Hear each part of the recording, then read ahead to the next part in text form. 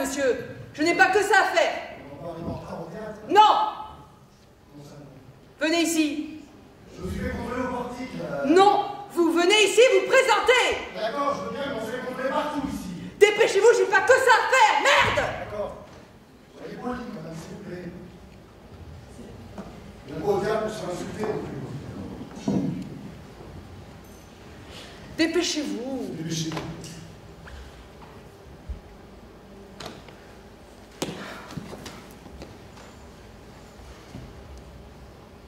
C'est quoi ce contrôle? La procédure. Ah. La procédure. Vous avez contrôlé tout le monde? Ça risque d'être long, la procédure. La procédure avec vous, vos papiers. Ok. Je rêve.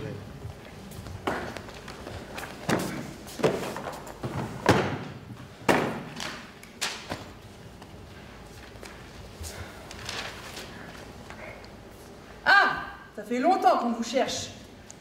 Votre sac, sur la table. Vous êtes aimable pour quelqu'un qui me cherche? C'est une faveur, vous êtes aimable avec tout le monde?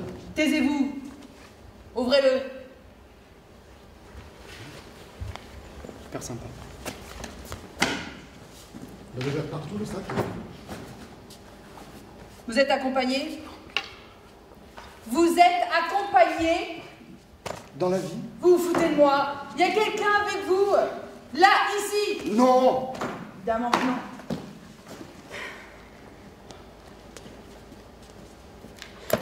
C'est quoi ça? Des livres. Merci. Des livres? Connais pas. Faut m'en dire plus, là. Mes outils de travail. Très beau. Quel travail? Du théâtre. Voilà. On y est. Du théâtre. Comment ça? Du théâtre. Non, c'est ça, faites l'innocent. Dehors, c'est facile de faire l'innocent. On fait du théâtre, on est innocent. Ce cas est rempli de malades dans votre genre. Vous verrez s'ils ont toujours l'air innocents. Malade? Eh oui, à l'abri, sous les projecteurs, dans le camp. Maintenant, asseyez-vous. Oh, mais ça va bien, là. Qu'est-ce que vous allez faire de mes livres? Les livres sont interdits dans ce camp. Maintenant, assis. Mais je peux au moins en garder un, non?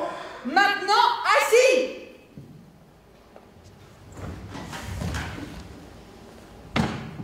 M'assois là? Oui. Bon. Suite aux récents événements, le gouvernement a décidé de vous placer sous sa protection. Sous sa protection? Voilà, sous sa protection. En vertu de quoi vous allez J'ai être... besoin d'être protégé? Tout le monde veut être protégé, je réponds à la demande. En vertu de quoi vous allez être dirigé dans un camp pour être guéri? Un camp pour me protéger. Vous comprenez vite. En vertu de quoi vous allez être dirigé dans un camp pour être guéri? Pour être guéri, guéri, et merde, je me souviens plus! Me guérir de quoi? De votre agressivité, de votre théâtre, de vous-même. Je le sais, moi.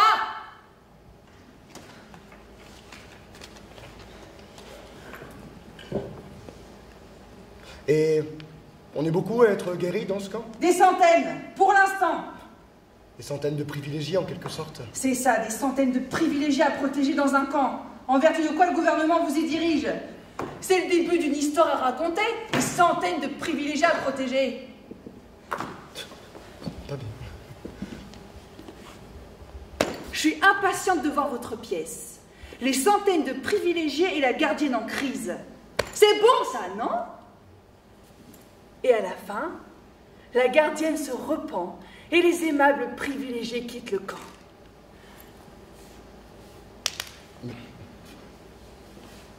Regardez-vous, vous êtes fiévreux, vous transpirez. C'est vous qui êtes fiévreuse, vous êtes malade, oui.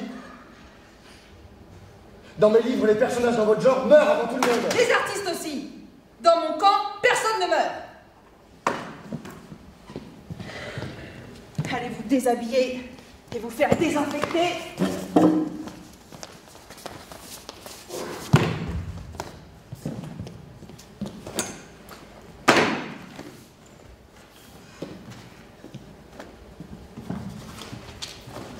Sale dans nos habits, nos dents et nos cheveux qui frisent. Sale dans nos âmes, nos idées, les mots qui les disent. Dangereux dans nos rages, nos contestations. Dangereux quand nos cœurs crèvent. Dangereux dans nos luttes, nos combats. Dangereux dans nos œuvres et nos rêves. Libre de s'emprisonner soi-même, de se refermer. Libre de plus aimer, libre de détester. Libre de s'enfermer pour se sentir plus en sûreté. De se renfermer pour plus de sécurité. Libre de ne rien dire, de ne rien penser. Coupable de s'être abandonné sans réfléchir à la loi des plus forts, aux vainqueurs. Coupable de s'être abandonné au mur rassurant, aux barbelés protecteurs. Coupable de s'être abandonné aux guerres saintes, aux guerres justes, aux armes de libération massive. Mais il n'y a pas d'amnistie, car le monde est frappé d'amnésie, où les bombes signent les armistices.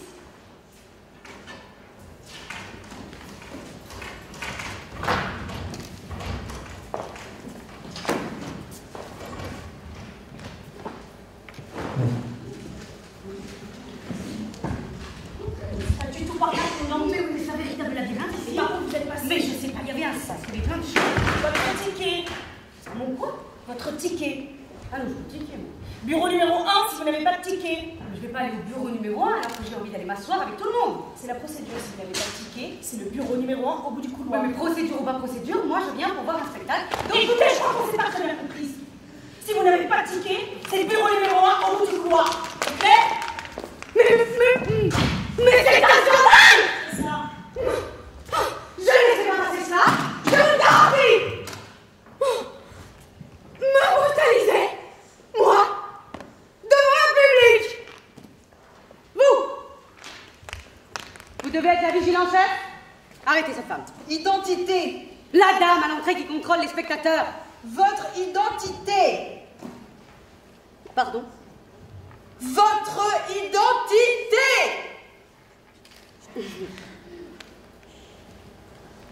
Voilà. Papier. Quelque chose ne va pas, vous avez un problème. Mais non, j'adore pousser la voix. Ah, vous êtes une vigile chanteuse. C'est rare. C'est ça, je suis gardienne baryton. Vos papiers ou je vous colle une baffe. Très bien. Les voici. Quel étrange endroit.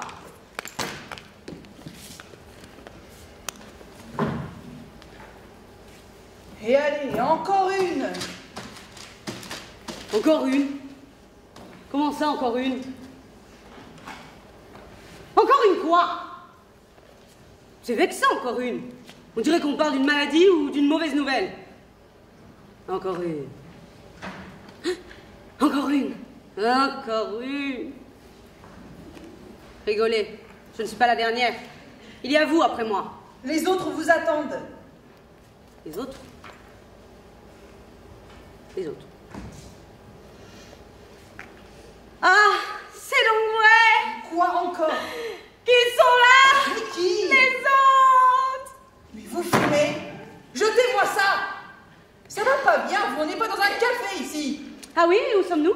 Dans mon bureau à côté du camp. Non. Dans un théâtre. Devant un public. Très bien. Alors on va jouer votre arrestation. Je suis l'aimable gardienne et vous êtes la privilégiée. Je vous protège. Je prends votre sac, vos cigarettes et vos lunettes. Et comme je suis aimable et vous privilégiée, vous avez droit à une chose. Allez, c'est à vous. Dépêchez-vous, tout le monde vous regarde. Une chose. Votre humour? Assis! Bon. Suite aux récents événements, le gouvernement a décidé... Quels événements exactement? Quels événements? Exactement. Quels événements? Exactement. L'aimable crise qui sillonne nos contrées, les aimables banquiers qui jouent à la roulette russe, les aimables émeutes qui éclatent et les aimables autorités qui tentent de les contenir à coups de pied. Ce genre d'événement qui tue les dames de votre espèce. Et si là, maintenant, je serai soulagée de voir votre cadavre joncher le sol, je dois m'en tenir à mon rôle.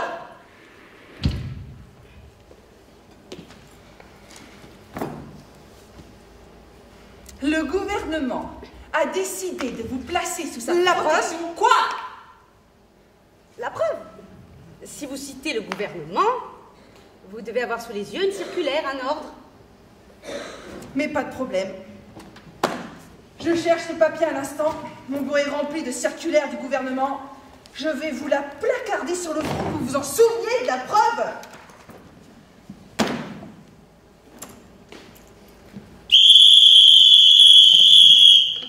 Fini de jouer. Vous êtes assez donnant en spectacle.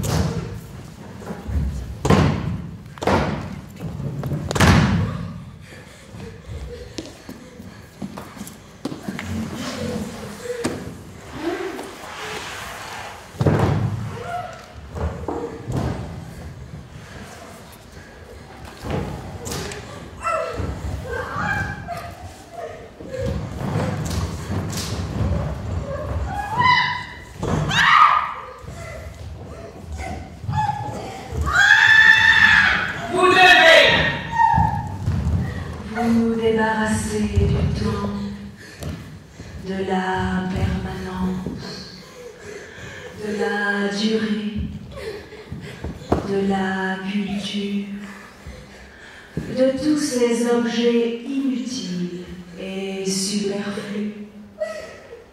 Vous devez vous abandonner au seul et unique way of life. Ça me rappelle un mauvais film. C'est une blague. C'est un énorme canular. Oh, de mauvais goût, mis en scène à la presque perfection, mais de mauvais goût. Vous n'avez rien à voir dans cette affaire.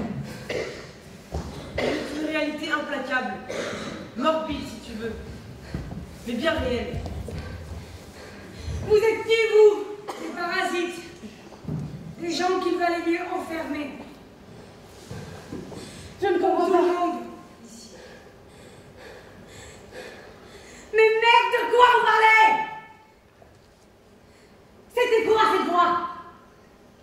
On est où, c'est quoi ça? Dans un camp. Nous sommes dans un camp, ça se voit, non? Un camp historique réouvert pour l'occasion. Comment ça, réouvert pour l'occasion? C'est simple. C'était un camp, puis c'est devenu un musée, et maintenant, c'est à nouveau un camp. Vous êtes les plus utiles superflus à l'accroissement de la croissance. Vous devez Apprendre à ne plus lutter contre l'inutile superfluité même de la vie. C'était quoi cette voix? C'est Dieu. La voix. C'est notre nouvelle voie, celle de la guérison et de la rééducation. Mais t'inquiète, ici tu es prise en charge, gratos, prise en charge totale, sécurité nationale. T'as un numéro? La sécurité nationale. Les gens y croient encore? Putain de sécurité nationale. La sécurité nationale, c'est ce qui a remplacé la sécurité sociale. La sécurité nationale, c'est le nouveau mot d'ordre des États et des banques qui les financent. La sécurité nationale, c'est la course au triple A. C'est un jeu de dupes. Les banques jouent à la roulette russe. Elles t'usent ton crédit. Elles ponctionnent tout ce que tu as sans même que tu t'en rendes compte. Comme des moustiques. Comme un virus. Et elle rend flou les caisses des partis populistes, des partis xénophobes, des partis d'austérité. Elles te rendent malade, puis elles t'inoculent le vaccin. Et c'est l'État qui brandit la seringue et te pique le cul. Un virus, des infirmières de toutes origines politiques, et le peuple malade, cadenassé par la crise. Quelle crise? La crise cotée en bourse. Celle qu'on sort du placard pour se faire de la place, enrichir les plus riches, atomiser les indésirables. Et hop, balayer d'un coup sec ceux qui ont senti le vent tourner. Comme au début des années 1930. Oui, la crise n'a pas d'âge. débarrassez-vous. De la connaissance meurtrière et haineuse de soi. Débarrassez-vous. De la sensibilité superflue, responsable de vos pires comportements. Redevenez. Enfin libre, Redevenez. ces hommes libérés de leur humanité destructrice. C'est de cette voix, moi, dont je veux me débarrasser. Ça va jamais s'arrêter. C'est par rapport à ce qu'on dit. C'est de la censure. C'est ça, c'est de la censure. C'est pour couvrir nos pensées et nos voix. Mais je me laisserai pas faire, moi. Crise, crise, crise, crise. Si vous vous sentez trop vivant, trop joyeux, un défibrillateur des états de crise est à votre disposition.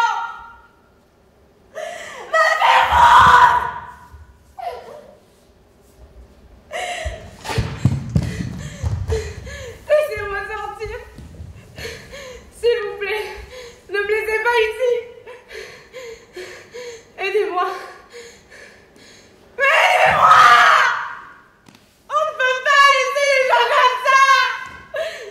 Pitié, laissez-moi sortir.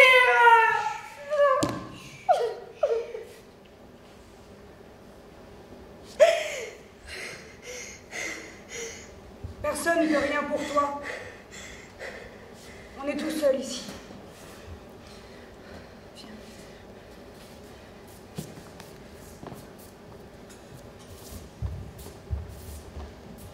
Tu t'y habitueras. La voix à la fin, tu l'entendras même plus. C'est horrible, c'est un cauchemar.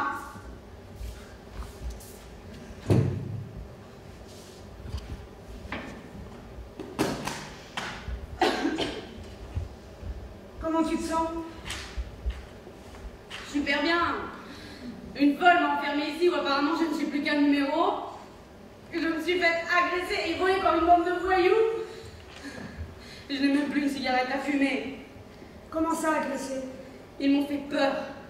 Ils se sont approchés de moi en meute tout autour de moi comme des loups. C'est comme ça, ici. Ne le prends pas pour toi. Pas pour moi. Pardon, tu trouves que je le prends pour moi? Le camp nous transforme. Tous ceux qui rentrent ici perdent leur âme, qu'ils viennent des faubourgs ou qu'ils viennent des cités. On était des hommes et des femmes. Maintenant, regarde ce qu'on est. Du superflu. C'est ça, qu'ils appellent la guérison. Ton cerveau est malade, mais tu ne le sais pas. Tu dois être retravaillé. On nous remet sur le droit chemin. L'extrême droit chemin. Bienvenue. Alors ton numéro c'est quoi? Mon numéro? Je sais pas. Vous êtes Les outils indispensables, bien plus que l'armée de réserve. Vous êtes Les laborants inconscients et volontaires. Vous êtes L'accumulation même. C'est pas Dieu. C'est la voix du diable. C'est le diable en France. Le diable du je m'en foutisme.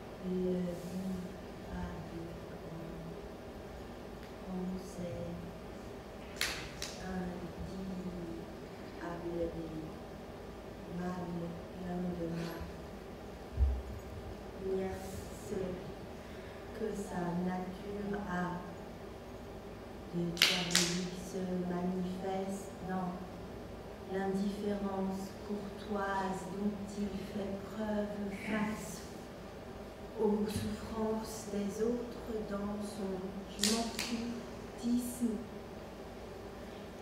et sa lenteur administrative, c'est presque encore pire que s'il s'était montré cruel et méchant. Nous aurions pu plus aisément nous défendre contre la bassesse et la cruauté que contre l'esprit.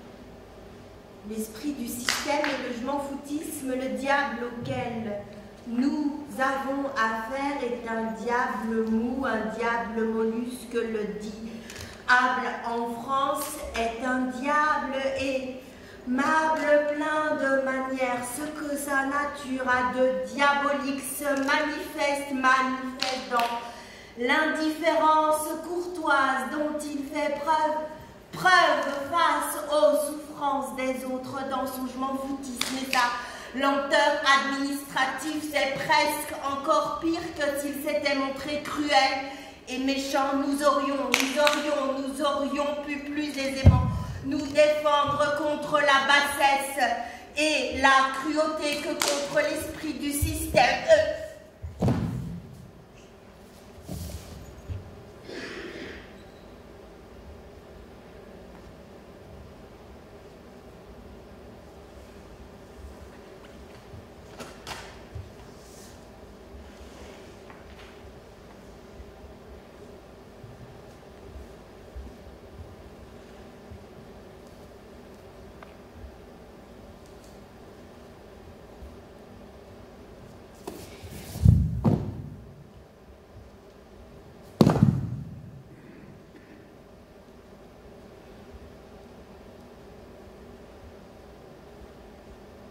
Quand on s'en prend à lui, il n'offre aucune résistance. Au contraire, il semble se retirer, s'échapper. Mais ce n'est que pour mieux prendre ses aises ailleurs.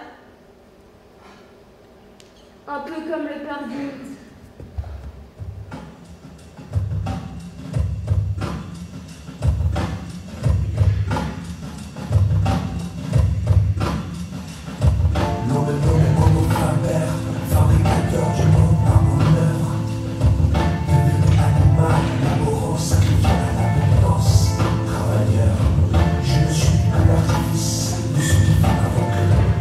Est-ce qu'on a l'heure de l'accélération de ma division en passant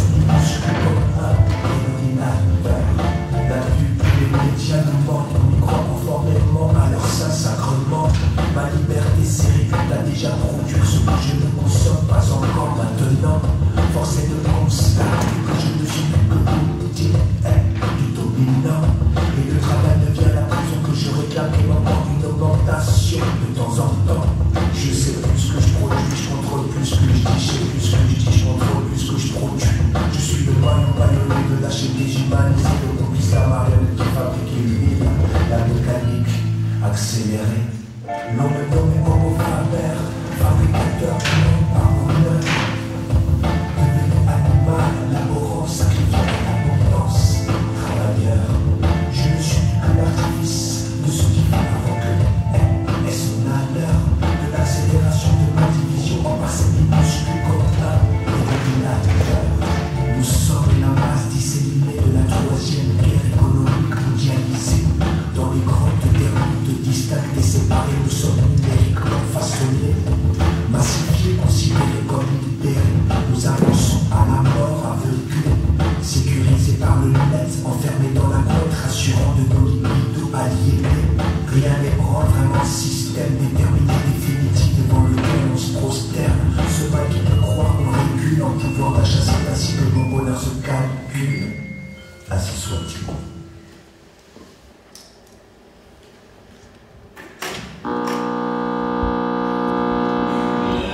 Messieurs, chers auditeurs, toujours en direct de Radio Déportée, la radio de tous les intérêts. À vous accompagner en musique dans ces moments difficiles, mais ô combien nécessaires pour le bien d'une nation naissante. Je vous laisse en compagnie de la douce voix et mélodie de chant du marais. Loin vers l'infini s'étendent des grands prés marécageux. Pas un seul oiseau ne chante sur les arbres secs et creux. Aux terres de détresse où nous devons sans cesse piocher. Aux terres de détresse où nous devons sans cesse piocher. Bruit des pas et bruit des armes, sentinelles jour et nuit, et du sang des cris, des larmes et la mort pour celui qui fuit. Aux terres de détresse où nous devons sans cesse piocher. Aux terres de détresse où nous devons sans cesse piocher. Mais un jour dans notre vie, le printemps refleurira. Libre enfin, oh ma patrie, je dirai tu es à moi. Aux terres d'allégresse où nous pourrons sans cesse aimer. Aux terres d'allégresse où nous pourrons sans cesse aimer. Des électrons libres, des particules élémentaires. Étalez Votre liberté en étalant votre sphère privée, soyez transparent et désincarné, soyez l'atome indépendant, individualisé et désagrégé. adoptez l'indéfinition, disparaissez dans l'omniprésence. Gagnez votre non-identité, votre liberté.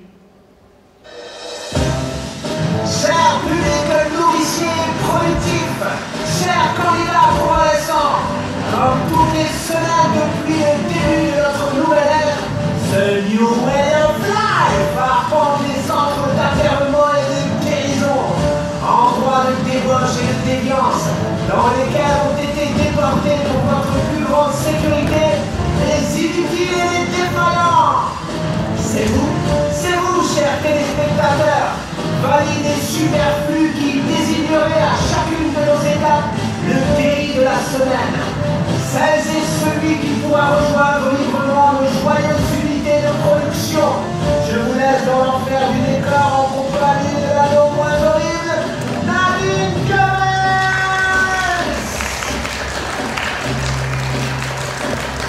Bonsoir.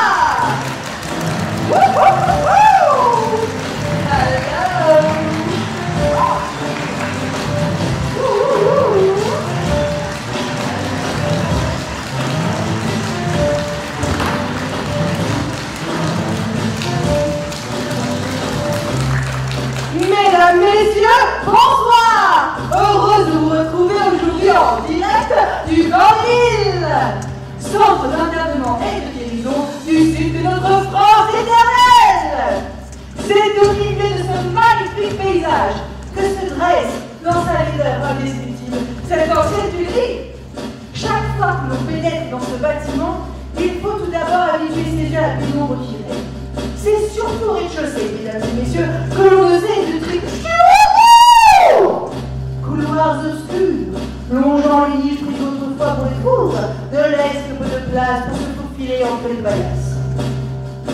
Le tout fait un peu l'effet de catacombe, et c'est d'ailleurs le nom que l'on donne à l'endroit. Le soir, l'étage est éclairé par quelques ampoules de faible puissance qui soulignent, en fait, davantage l'obscurité qu'elle il est rempli de poussière. Partout, partout, partout. La poussière est présente. Vous pouvez ainsi passer un passe de votre temps dans la poussière et l'obscurité. Et vous verrez, mesdames et messieurs, avec le temps, justement, cette salle sombre, au plafond bas, avec sa poussière et sa saleté, la paille qui jonche le sol, aura perdu ce qu'elle peut avoir d'horrible et de repoussant.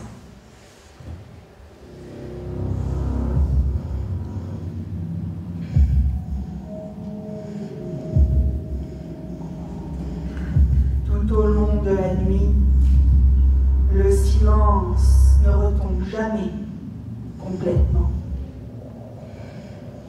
Constamment, on entend ceux qui se font piétiner adresser des plaintes, des jurons ou des injures à ceux qui piétinent dans le noir, en allant aux toilettes ou en revenant. On sent presque physiquement que la salle est emplie de cauchemars angoissants. Peur, crainte, que l'on parvient à chasser à force de raison et de volonté au cours de la journée. Se dresse à nouveau tel des spectres gigantesques dans cette nuit incertaine, peuplée de mauvaises odeurs et de gémissements.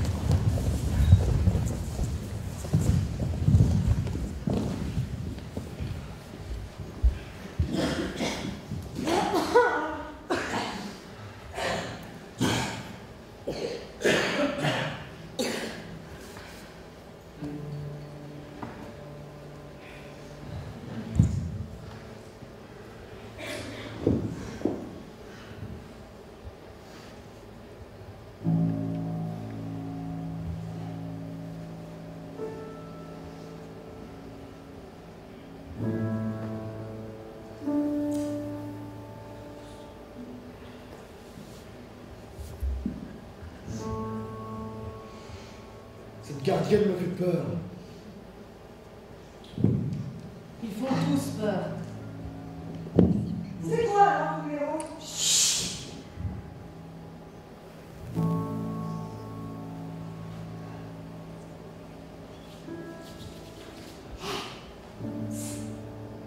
C'est quoi alors, numéro?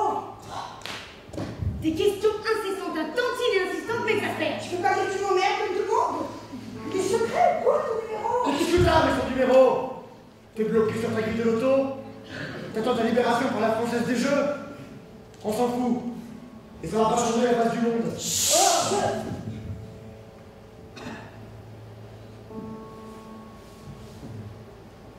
Ça pue ici.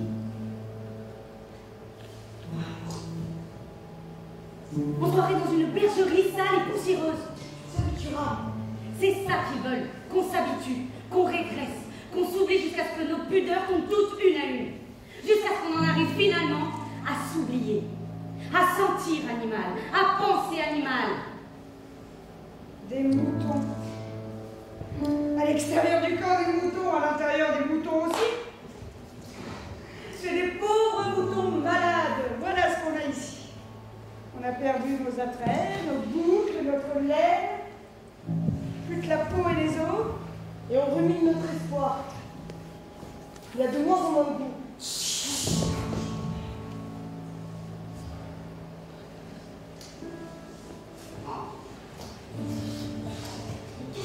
Aïe.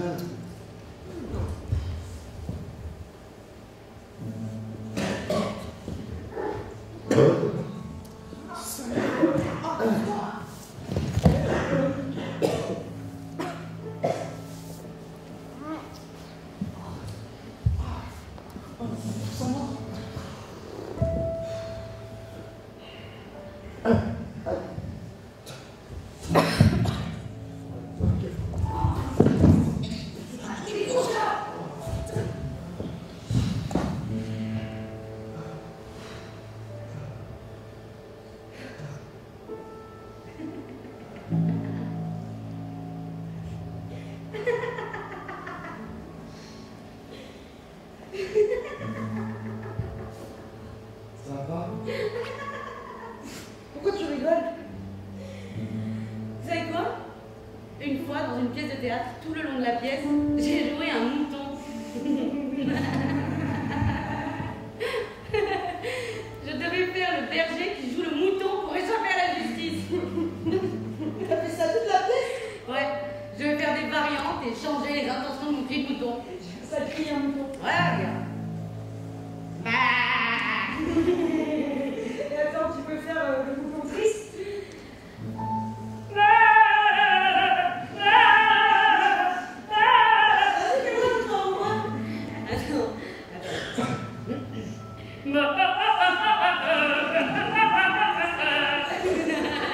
Et le bouton stressé. Ouf, le mouton stressé. Et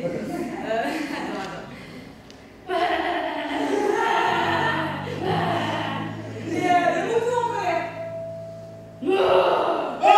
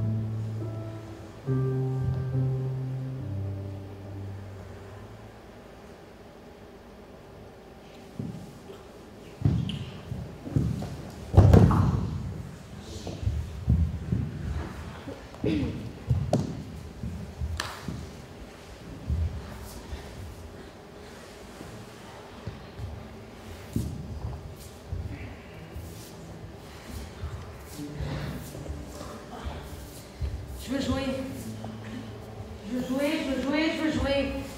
Quoi? Je veux jouer. J'en ai besoin. Si je ne joue pas, si je ne m'active pas à ce que j'aime faire, je ne suis plus rien. Je ne suis plus qu'un superflu machin-chose qui obéit à cette voix de pacotille. Tu veux jouer? Ici? Et pourquoi pas? On a d'autres choses à faire. Alors t'as qu'à le voir comme de la lutte. C'est ma façon de lutter pour garder mon humanité. Tu vas jouer. Là? Avec ta baillage devant 3 pèlerins. Chaque soir s'il le faut. Chaque soir? Et tu veux inviter la gardienne? Et pourquoi pas la voix aussi? Ça a déjà existé. Quoi? Ici. Dans ce camp. En 1940, des artistes ont créé un théâtre clandestin.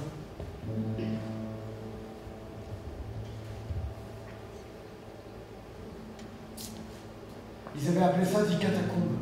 Charmant. En référence à un bar, dans le Berlin des années 1930.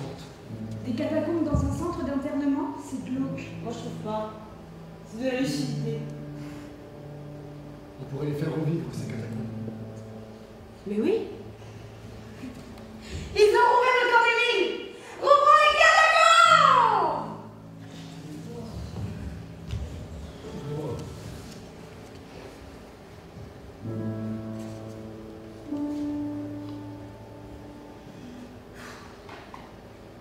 Qu'est-ce que c'est? Un livre. Merci. C'est quoi? La vie de Galilée. Ils t'ont laissé rentrer avec ça? Je l'ai volé. Comment ça? Tu l'as volé? Ah oui. Il m'appartenait. La gardienne voulait me prendre tous, mais j'en ai gardé un. Le fruit défendu? Rigole. Cette pièce se finit comme ça. Le disciple de Galilée passe une frontière avec les recherches de son maître sous le bras. Et le gardien de la frontière le laisse entrer, sans se soucier de ce que les recherches de Galilée pourront ébranler. Et pour nous? Qu'est-ce qu'il va représenter, ce livre? J'ai entendu tout ce que vous avez dit. On partage certaines de vos idées. Mais personne ici, personne n'a su s'opposer. Faut qu'on résiste, tous ensemble. Tiens donc, un rappeur bolchevique. Aurais-tu troqué tes livres contre de la résine de cannabis? Chère madame, sachez qu'au quartier, les livres ne servent pas pour roulage de joint. Certains d'entre nous savent lire. Et ceux qui le peuvent, lisent pour les autres. Un peu comme chez vous, non? Descendez de votre cachoir et déshabillez-vous de vos clichés. Venez voir dans les couloirs de la mort sociale les zombies érudits. Les poètes en Suisse.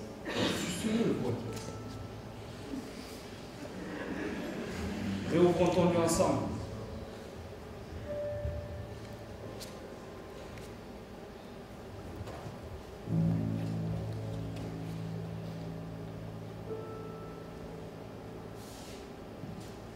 Levons le lieu ensemble.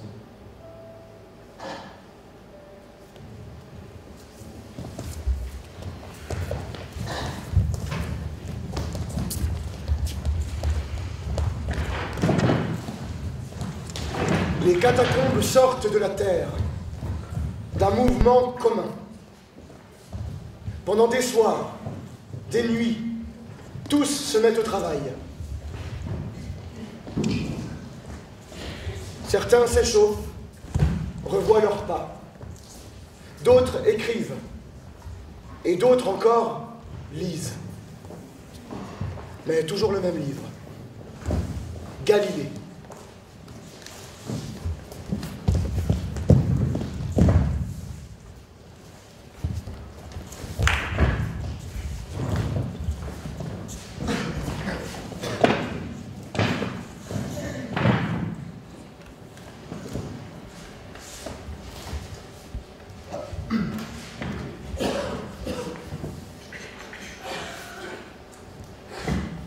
L'univers, en l'espace d'une nuit, a perdu son centre. Et au matin, il y en avait d'innombrables. Si bien que désormais, le centre peut être considéré partout, puisqu'il n'est nulle part. Et nous voilà soudain avec beaucoup de place. Galilée a troqué la République de Venise contre la cour de Florence.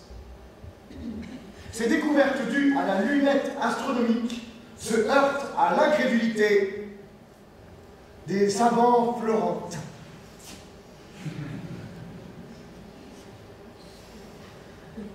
L'ordre ancien dit « Je suis ce que toujours j'étais ». Le nouveau dit « Si tu n'es plus bon, disparais ». Je suis heureux de pouvoir, en votre présence, porter à la connaissance de ces messieurs de l'université mes dernières nouveautés. Il semble qu'ici quelque chose se soit cassé. Vous n'êtes certainement pas sans savoir que depuis quelque temps, nous avons rencontré de grandes difficultés dans nos calculs. Nous utilisons un très vieux système qui semble être en accord avec la philosophie, mais pas avec les faits. Vous serait-il agréable de commencer par les inspections? Je crains que tout ceci ne soit aussi simple. Monsieur Galilée, avant de faire usage de votre célèbre lunette, pourriez-vous nous accorder le plaisir d'une dispute? Sujet: de quelles planètes peuvent-elles exister? Une dispute en bonne et due forme. Moi, je pensais que vous alliez regarder tout simplement par la lunette pour vous en persuader. Certes, certes. Vous n'ignorez évidemment pas que selon l'avis des anciens, des étoiles qui tournent autour d'un autre centre que la Terre ne peuvent exister, ni non plus des étoiles sans appui dans le ciel. Oui. Et sans même tenir compte de la possibilité de des étoiles que mon collègue mathématicien semble remettre en doute, je voudrais, en tant que philosophe, soulever en toute modestie la question suivante. De telles étoiles sont-elles nécessaires? Aristotélis, Divini, Universum. Pourriez-vous poursuivre la langue de tous les jours? Mes collègues ne comprennent pas nada. Y a-t-il quelqu'un important? C'est ce qu'ils ne comprennent pas. Oui. C'est Étienne. Moi, j'y tiens. L'argument perdra de son éclat, mais nous sommes chez vous. Le monde tel que se le représente le divin Aristote, avec ses sphères et leur musique mystique, ses voûtes de cristal et les cycles de ses corps célestes et l'inclinaison de l'orbe solaire, et les secrets des tables et les satellites, et la profusion d'étoiles catalogue de l'hémisphère austral, et l'architecture illuminée du globe céleste, est une construction d'un tel ordre et d'une telle beauté que nous devrions certainement hésiter à détruire cette harmonie. Et si vous aperceviez maintenant par la lunette ces étoiles impossibles autant qu'inutiles? On pourrait être tenté de répondre que votre lunette faisant voir quelque chose qui ne peut pas être, doit être une lunette peu fiable. Non! J'ai voulu vous dire par là. Il serait bien plus profitable, monsieur Galilée, que vous nous donniez les raisons qui vous amènent à supposer que dans la plus haute sphère du ciel immuable, des astres errants librement pourraient se mouvoir. Des raisons. Des raisons, monsieur Galilée, des raisons. Quand un simple coup d'œil sur les astres eux-mêmes et sur les relevés montre le phénomène. Monsieur, nous regardons Si l'on était sûr de ne pas vous mettre davantage encore en colère, on pourrait dire ceci. Ce qui est dans votre lunette et ce qui est dans le ciel peuvent être deux choses distinctes.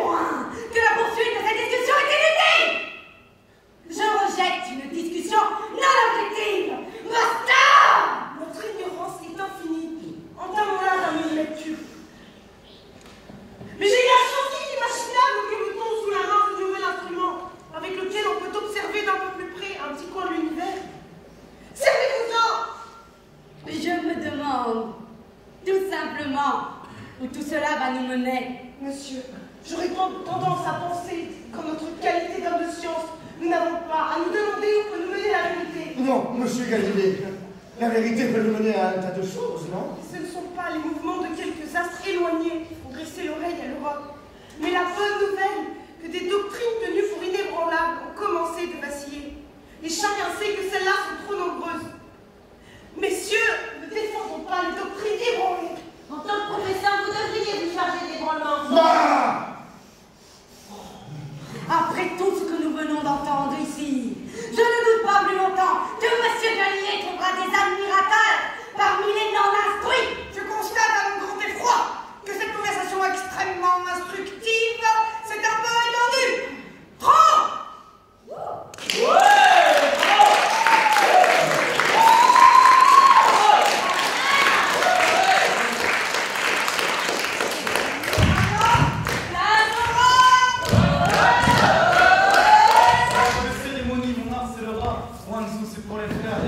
Depuis que je rappe et que je vis de ma vie sur un brin de feuille sale, je délivre la rime. La censure n'est pas en deuil, elle sévit sur ma ville. Pour être libre, l'ami, j'étais peut-être trop bavard, archi diagnostiqué, cerveau malade, trop. Pardon des mises en quarantaine, bien trop. Talent, je finis cachot ferme. On rappe, slam sans parenthèse. Armé d'un micro quand on part en guerre. Faire face au mépris quand t'as le mauvais profil. Placer tous tes frères au-dessus de leur profil. Ça les horripile, ouvre bien tes orifices. On écrit sur la magouille. On forme les politiques, ceux qui foutent cette terre. Sans qu'on fasse de polémique. Qui peut nous faire taire? Ce n'est pas seulement un combat, c'est une guerre, frère, certes. L'avenir est en jeu, on doit pas faire cette terre. Au nom de quoi? De la machine et du pouvoir. Les chefs d'État mis en place par des nouveaux. La peur d'État et les valeurs se monnaient. Les mœurs se rétament et les râleurs se reconnaissent. On prend ce gars qui s'est jeté avec une envie de vivre. L'ambiance du camp nous a marqué, visage taché de rimes. Puis à vrai dire, on a assez de rimes. Et 187 raisons de faire passer le pire.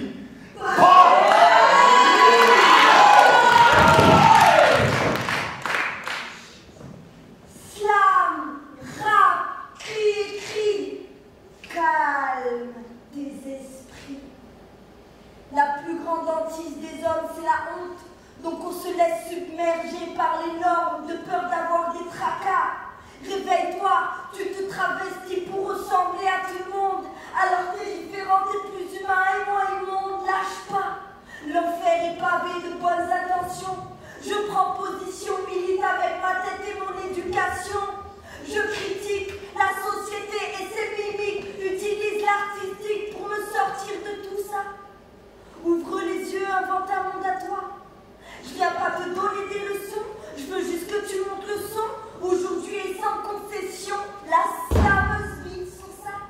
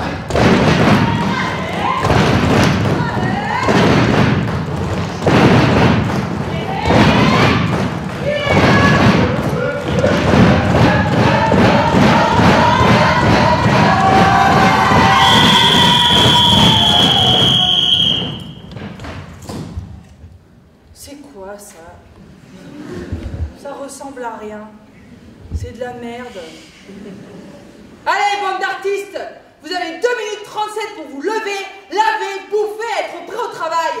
C'est clair ça ou pas? Chrono! Chrono!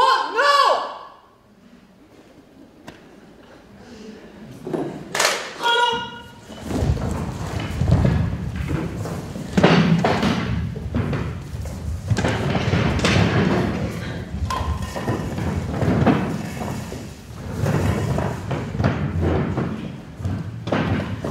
Vous devez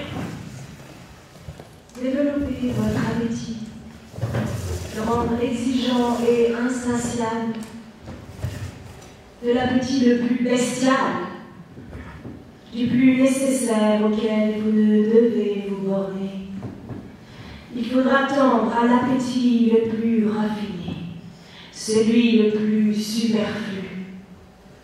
Ayez faim d'appétence inutile, ayez-en à ce point de vouloir dévorer votre inutile humanité.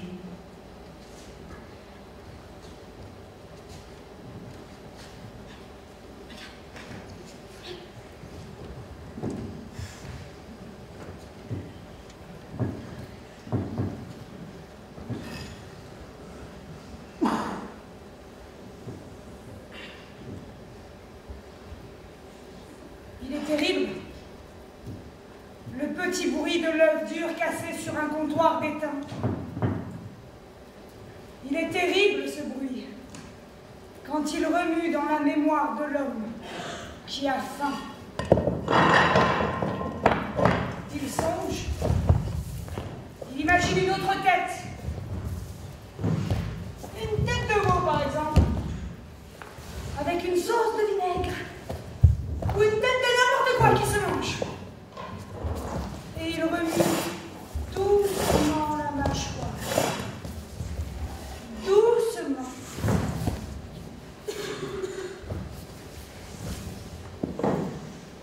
Et il grince des dents doucement. Car le monde se paie sa tête.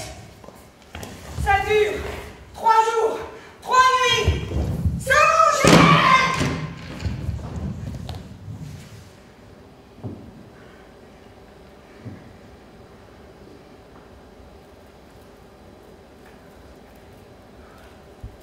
Derrière ces vitres, ces pâtés, ces bouteilles, ces conserves. Poissons morts protégés par les boîtes, boîtes protégées par les vitres, vitres protégées par les flics, flics protégés par la crainte. Que de barricades pour si malheureuses sardines. Un peu plus loin, le bistrot, café crème, les croissants chauds. L'homme qui tube, et dans l'intérieur de sa tête, un brouillard de mots, Sardines à manger, un vieux café crème, café arrosé de rhum, café crème arrosé de sang. Allez hop, hop, hop, bande de feignasses. Vous allez transporter les briques. Vous les entasserez tantôt ici, tantôt là dans des brouettes. Vous les lancerez ensuite et les empilerez selon un ordre déterminé. Un travail scientifiquement divisé est un travail qui accélère la guérison.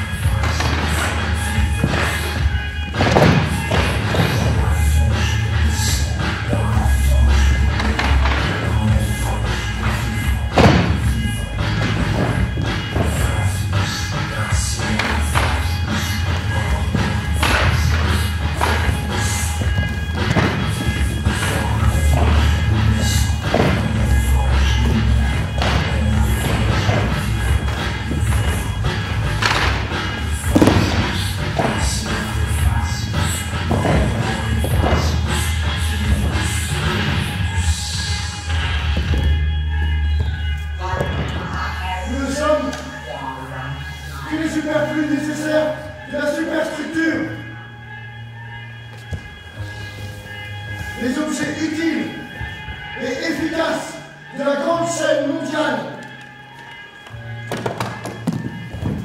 Et je me rappelle alors ce verset de la Bible qui évoque les enfants d'Israël contraints de fabriquer pour Pharaon des briques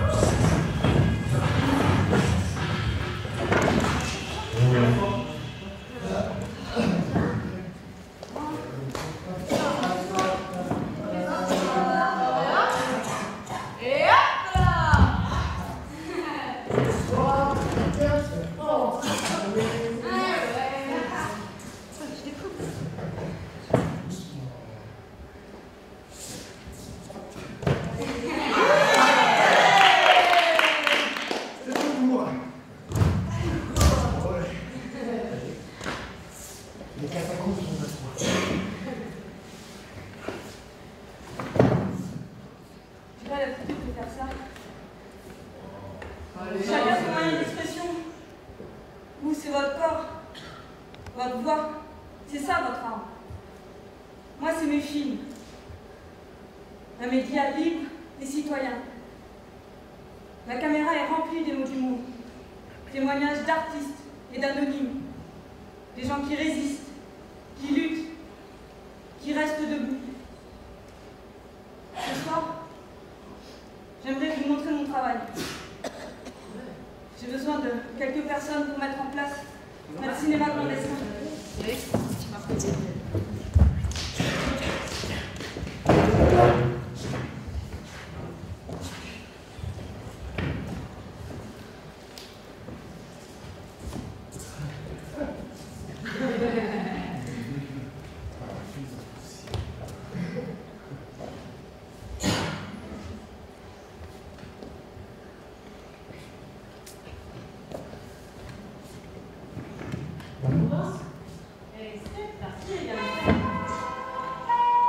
Artiste, oppressé, opprimé, condamné, enfermé, censuré, baïonné.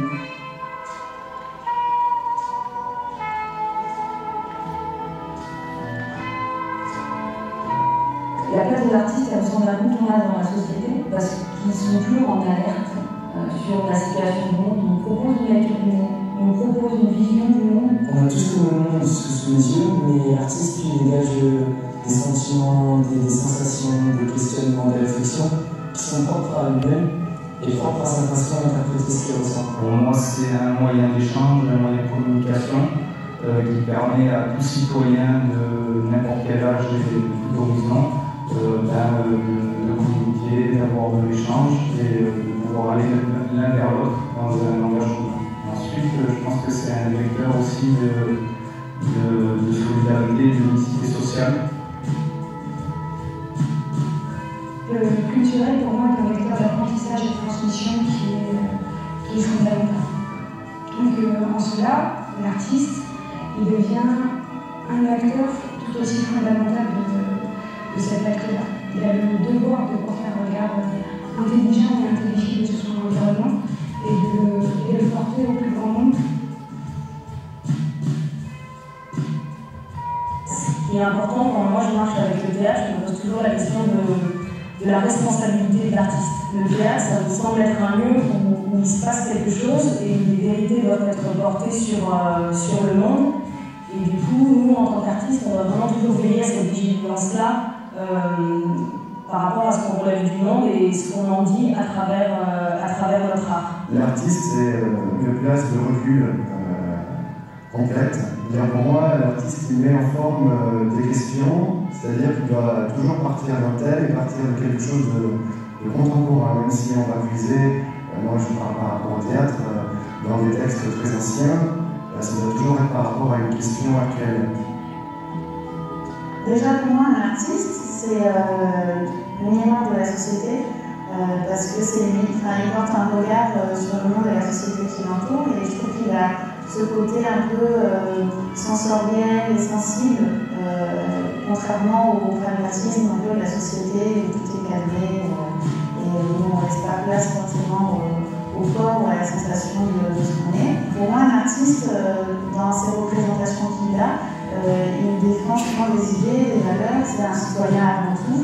Et je pense que tout citoyen doit défendre et avoir un regard critique sur la société dans laquelle il vit.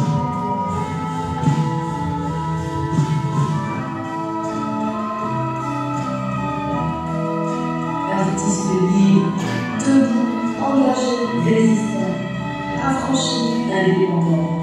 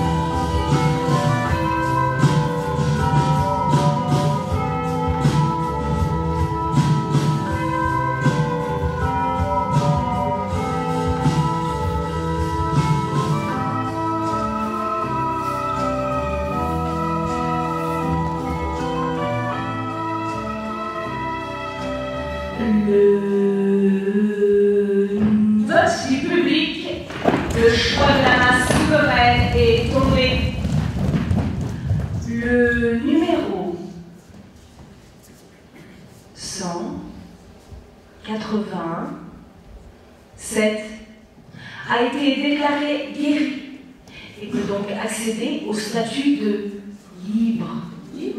Le numéro 187.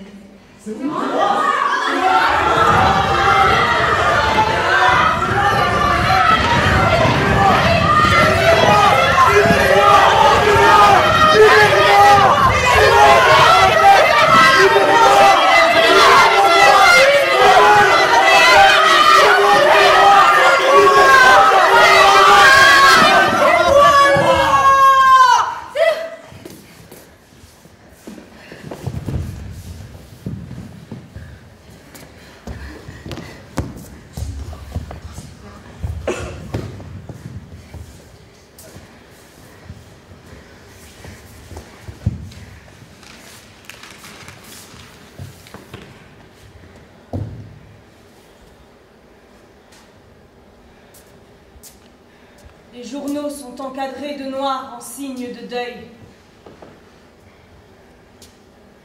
Mais cela n'empêche pas la République de respirer.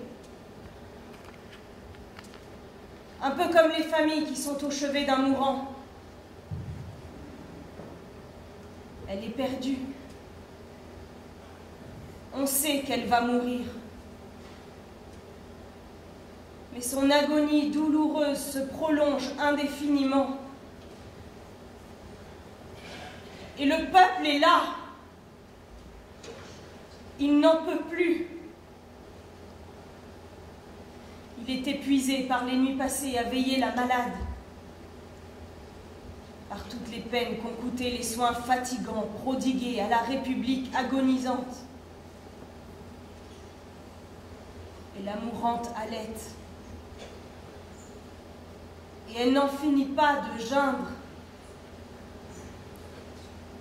Mais elle ne meurt pas.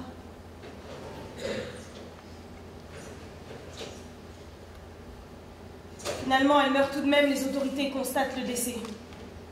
Et même si cette mort est très douloureuse et présage des lendemains sombres, le peuple fatigué pousse un soupir de soulagement. La République est morte.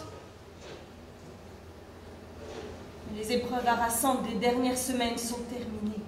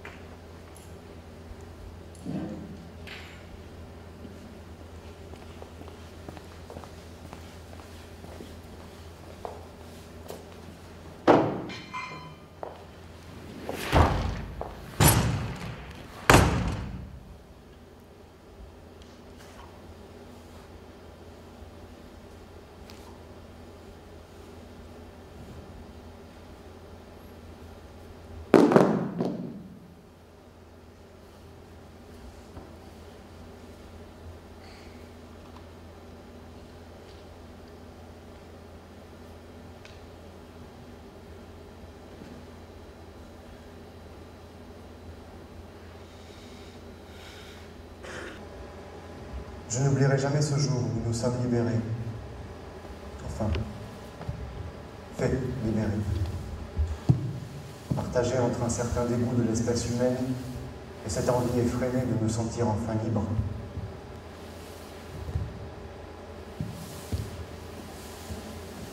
Nous n'avions pas été guéris, c'est sûr. Alors pourquoi nous laisser sortir? J'ai appris, plus tard, que c'est un fonds de pension international qui avait ordonné et financé notre évasion.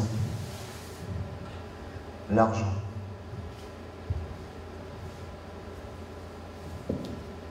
L'argent qui acheta le silence des autorités. Ce même argent qui nous avait tous entraînés dans le malheur avant.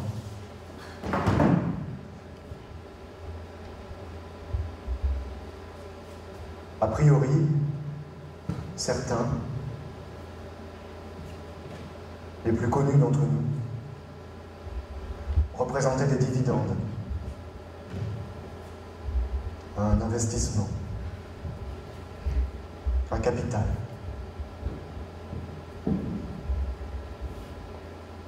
Et pour le coup, leur guérison n'était plus d'actualité. On préfère un malade rentable qu'un valide sans intérêt.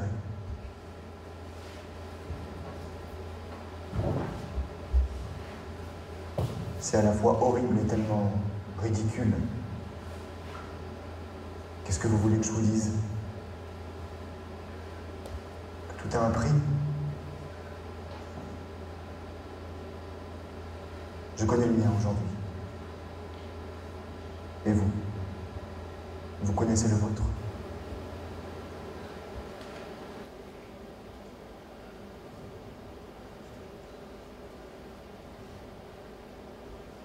La banalité du mal n'est pas la superficialité de ce mal.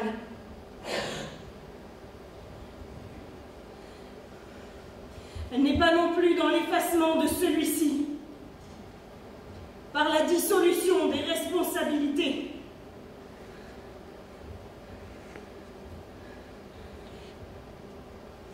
Elle est, tout au contraire, la radicale responsabilité de tous. Et à plus forte raison, celle de ceux qui, comme Eichmann, en son temps, possédaient l'esprit d'entreprise et l'indépendance que permettait leur statut.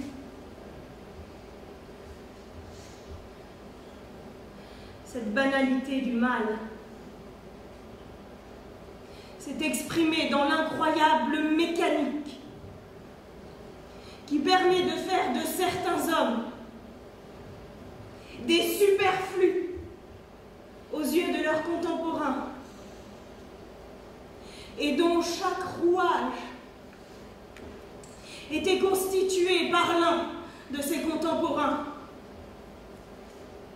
silencieux ou actif, participant peu ou prou de l'effort nazi pour faire de l'Allemagne une nation dominante, dirigée par des assassins.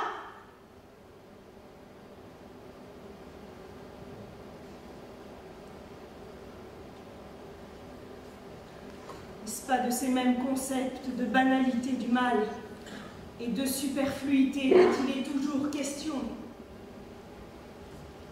Ici, ailleurs, partout. Que dire de l'incroyable mécanique de compétition extrême, d'élimination extrême, qui permet de faire de certains hommes les bonnes consciences de la productivité, de l'innovation, de la flexibilité, de la compétitivité, et de certains autres, les déchets, les inutiles, les parasites, les rebuts de ces mêmes bonnes consciences.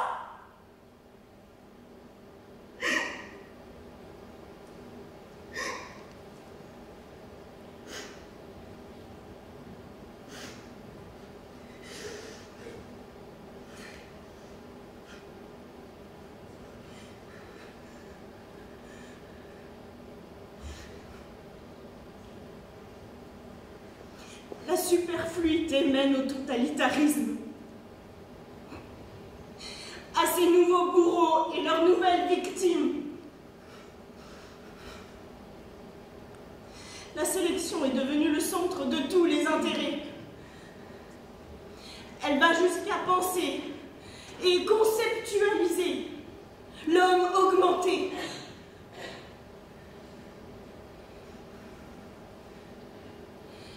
compétition absurde et névrotique légitime toutes les situations.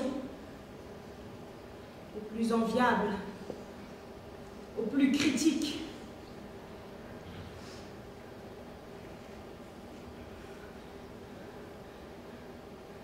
Chacun possédant, paraît-il,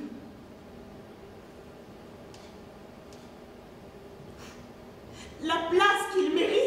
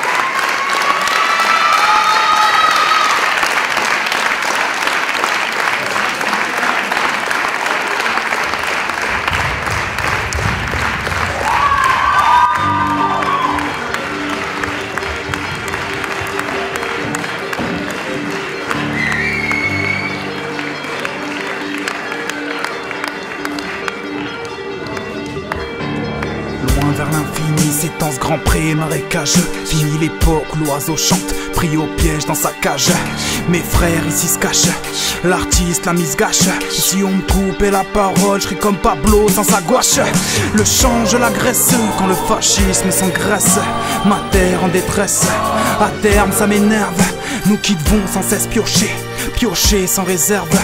Piocher dans ces ténèbres qui font de nous des hommes à terre. Dans le camp, morne et sauvage, entouré de murs et de fer. J'étais ce mouton messager, devenu bouc émissaire. On tous ici même, on se pousse tous ici mec. Vol holocauste, on se prépare sans un départ. d'EasyJet, c'est ici même qu'un simple son nous traumatise. Une peine en nom, on saigne en nombre et l'on ne somatise. Bruit des pas, bruit des armes, mirador jour et nuit.